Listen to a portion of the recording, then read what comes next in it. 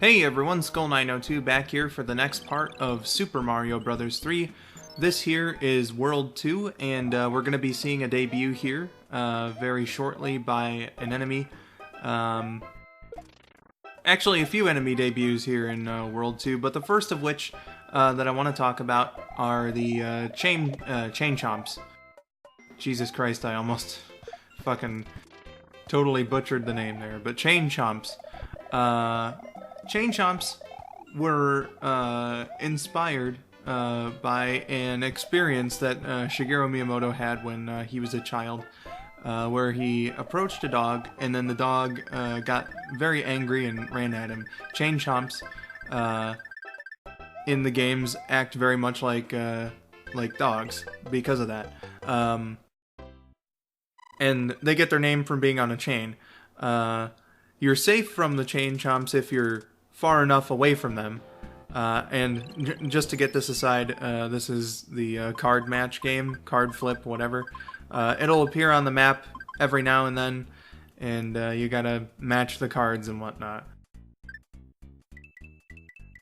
Luigi was already on the space, so he got to play when it showed up. It just drags you in there automatically. But anyway, about Chain Chomps. Chain Chomps are tied down to a block in most cases, and basically the end of Miyamoto's story was that the dog came within inches of actually getting him when he ran away, but was stopped because he was tied to a stake. Not the food stake, mind you, but like a wooden stake in the ground. So, pretty interesting that, something like that would inspire an enemy in a video game, but hey, like the TV trope says, you write what you know. And that'll apply to another one of the debuting enemies in World 2 here pretty soon enough, but Miyamoto's Chain Chomp inspiration story kind of reminds me of a time when I had a near dog attack experience just a few years ago. During my I don't have a computer days, back in the middle of this decade, and I was going over to my grandma's house in order to have any sort of presence on YouTube, or online really. Well, I suppose I used the phone over here, but that doesn't matter. I would go up and, it'd be like in the late afternoon or early in the morning because of just how people's schedules were. That was the most appropriate time to go visit my grandma's house, so I would take walks up there and whatnot.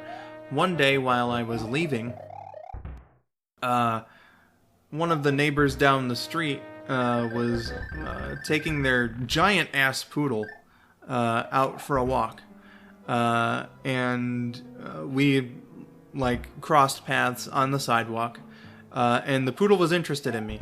So typically what I did in those situations was if a dog comes up to me, I will let them sniff me in order to, determine that I'm not like any kind of a threat. So the dog sniffs my tummy, and I think it's all good, right? No. Fucking no. It sniffs my tummy, and then it damn near bit a chunk out of my stomach. I was pretty freaked out by that. Absolutely pretty freaked out by that. The owner was able to get it by the leash just in time too.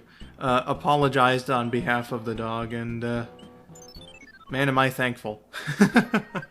Man, am I thankful for that happening, because that would have been a big owie otherwise. Definitely would have been a big owie.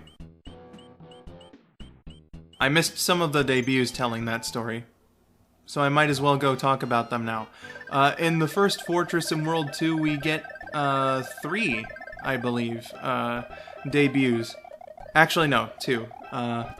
We get 2 debuts from some enemies. The third one I was going to talk about was Dry Bones, but he appeared in the fortress in World 1, so no need to talk about Dry Bones' debut, since that happened in the last part.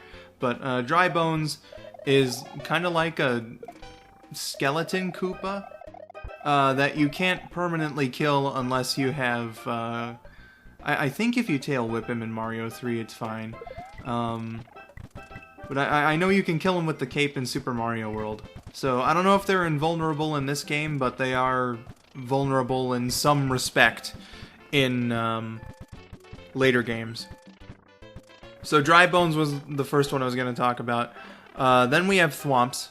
And Thwomps are like the big giant rock enemy. They wait for you to come around and slam the ground when you do. So you gotta time it just right in order to escape them. And then finally, there are the Boos. And this was the other enemy I was gonna talk about. In terms of interesting inspiration stories. So Boos are like inspired by the wife of Takashi Tezuka, I believe his name is. Miyamoto based the personality of the Boos, shy when you're looking, mean when you're not, on this dude's wife, who was apparently none too happy with the amount of hours that Mr. Tezuka was working at the time at Nintendo. So Miyamoto decided to base an enemy in Mario off of that. Whether she took that as an insult or a compliment is unknown to my knowledge. So yeah, that's pretty interesting. I think. You know, the inspirations and all that. Miyamoto, you have some wacky stories, Mr. Man, let me tell you. Number 4 here in World 2. They want you to take the lower path, but and I believe this is the first time I successfully pulled this off. Could be wrong about that. Could have done it in my test streams. But if you go up here, lots of coins. Lots of coins. Lots of opportunities to get you some coinage, let me tell you. And it's very safe, too. You don't run into very many enemies, so...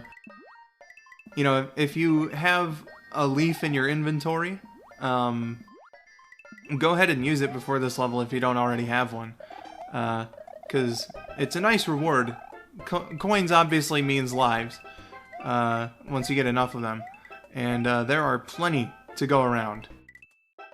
Also helpful is the fact that Mario 3 is the first Mario game in order to allow you to backtrack in levels. Previously, in Mario 1 and Lost Levels, I suppose for like the Japanese Mario series, because American Mario 2 also allowed you to backtrack, but fuck you. I'm sorry I've been saying fuck you in commentary so much.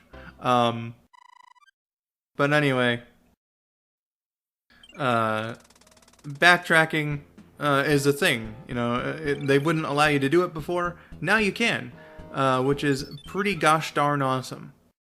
You know, so if you forgot something or you think, hey, you know, maybe that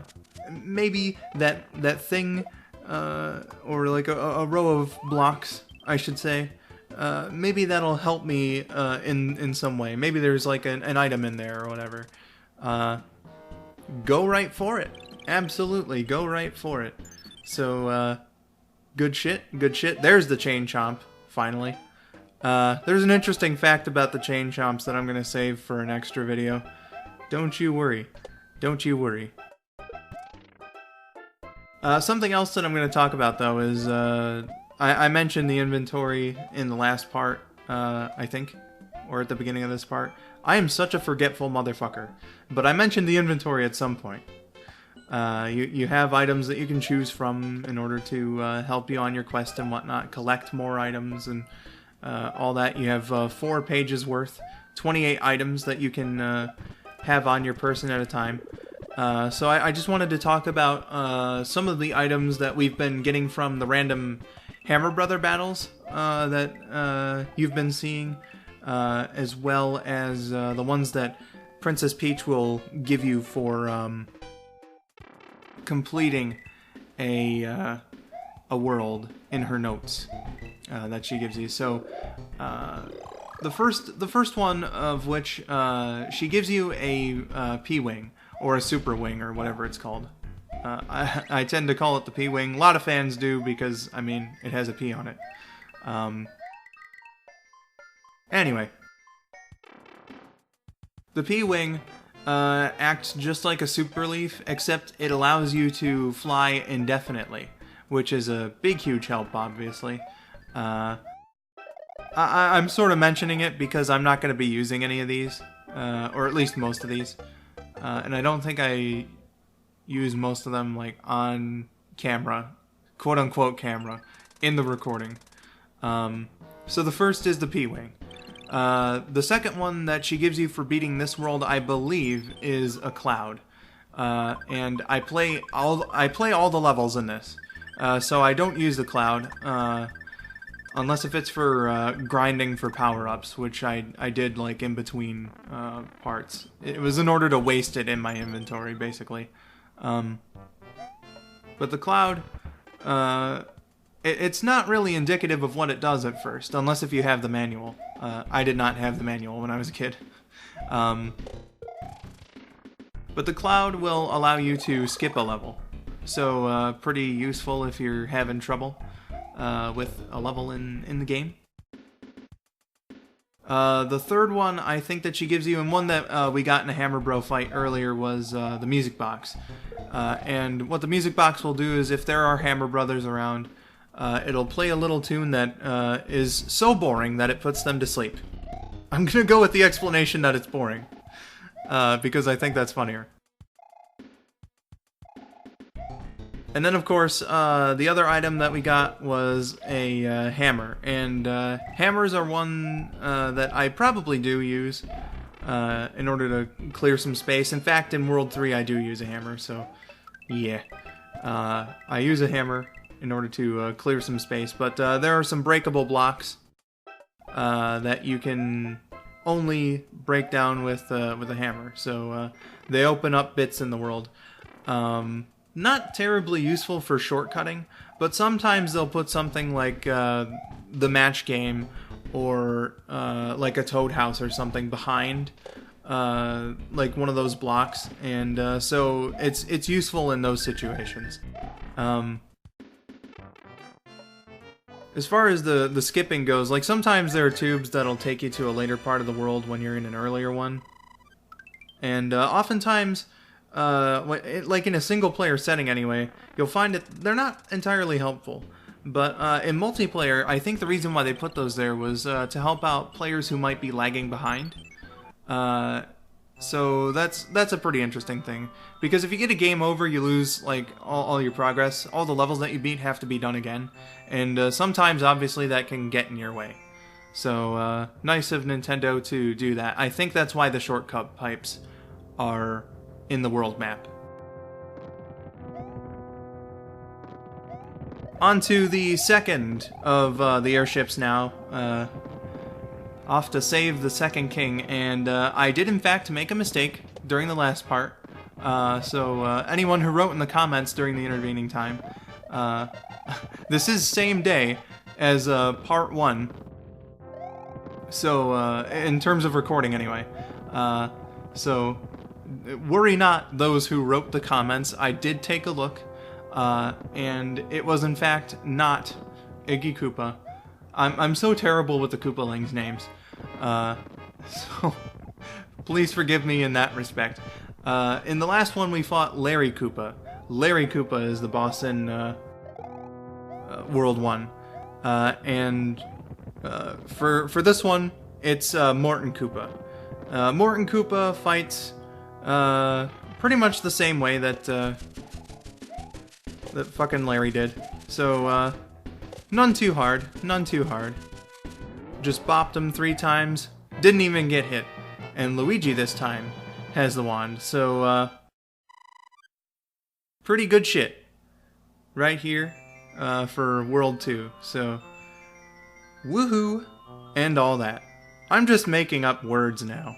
Or not really. I'm just saying a bunch of nonsense. And this is the one, Johnny, that looks like Wilford fucking Brimley. Not the one in, like, World 7 or whatever. This is Wilford Brimley right here. So, with the power of Diabeetus, I say, I've been Skull902, thank you for watching, and I'll see you in part 3.